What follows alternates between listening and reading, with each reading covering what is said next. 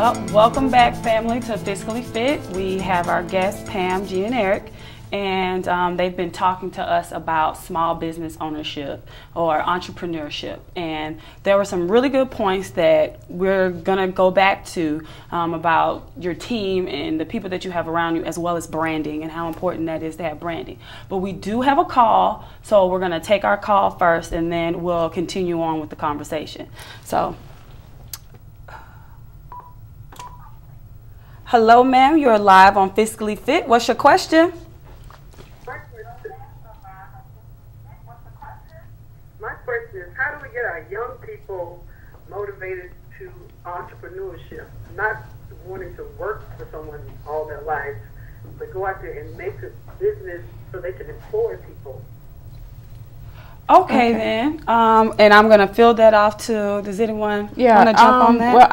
Well, my response would be, once you know what the child's passion is, then you can tap into business, entrepreneurship, find their passion, and once you have found their passion or open up conversations pertaining to their passion, that leads into entrepreneurship.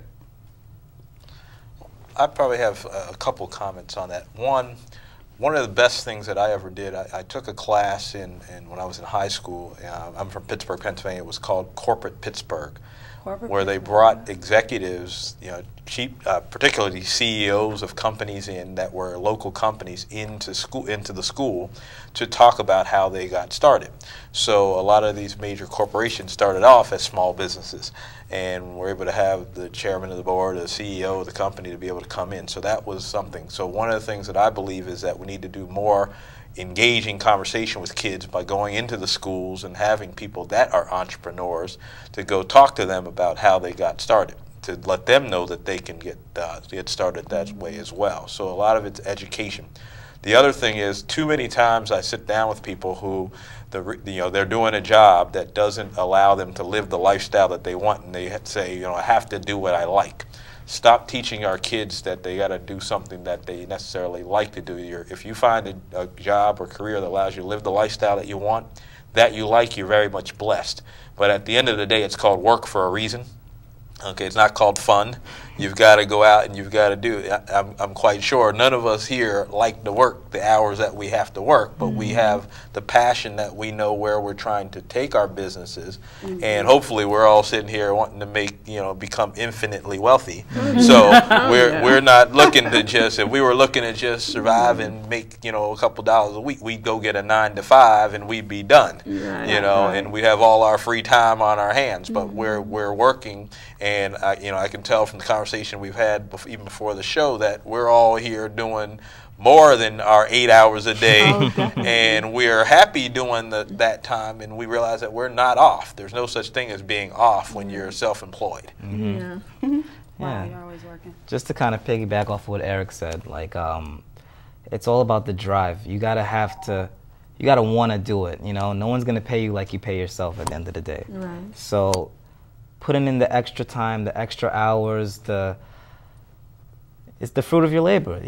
Definitely seeing your baby come to life is the best feeling. So I definitely encourage all young people, if you have the drive, if it's something that you want to do, go for it. Okay. Now, before the break, someone mentioned the team. And I know that you have a pretty large team, and you, of course, have a partner. Talk about a little bit about how important it is to have the team and the right type of team and the right type of people in the team. It's very important. I mean, we're fortunate enough that a lot of people on my team are already my family members. And so we've already grown up together, but it's a trust thing, We all kind of rely on each other for him to do his part so that it all can come as a cohesive package. And that's how we've been able to survive. Right, and you have a partner, right? Yes, I have a partner, and I have to say that I have the best partner that I could have. But my partner started out as an employee of the company, and I've had quite a few people that were doing that particular job. But when you have a a dream and a goal and where you're trying to go with your business, you have to surround yourself with people that have that vision as well. And it took me several people before I could get to the point where I had someone that was willing as a employee to take on that dream, and I was able to elevate. 1 second. Hello, you're on the air for Fiscally Fit.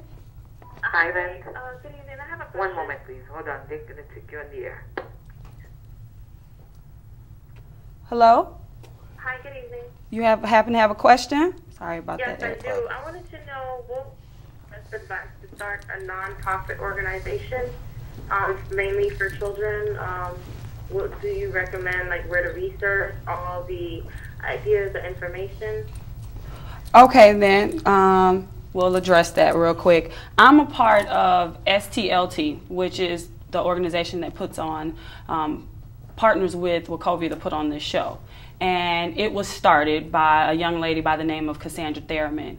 And first of all, she's a great mentor and a great person to get in contact with about starting a nonprofit. And it's very close to starting your own small business in the sense that it has to be something that you're passionate about first and foremost, and you get out there to get your 501c3 and get with people who are consultants such as Eric,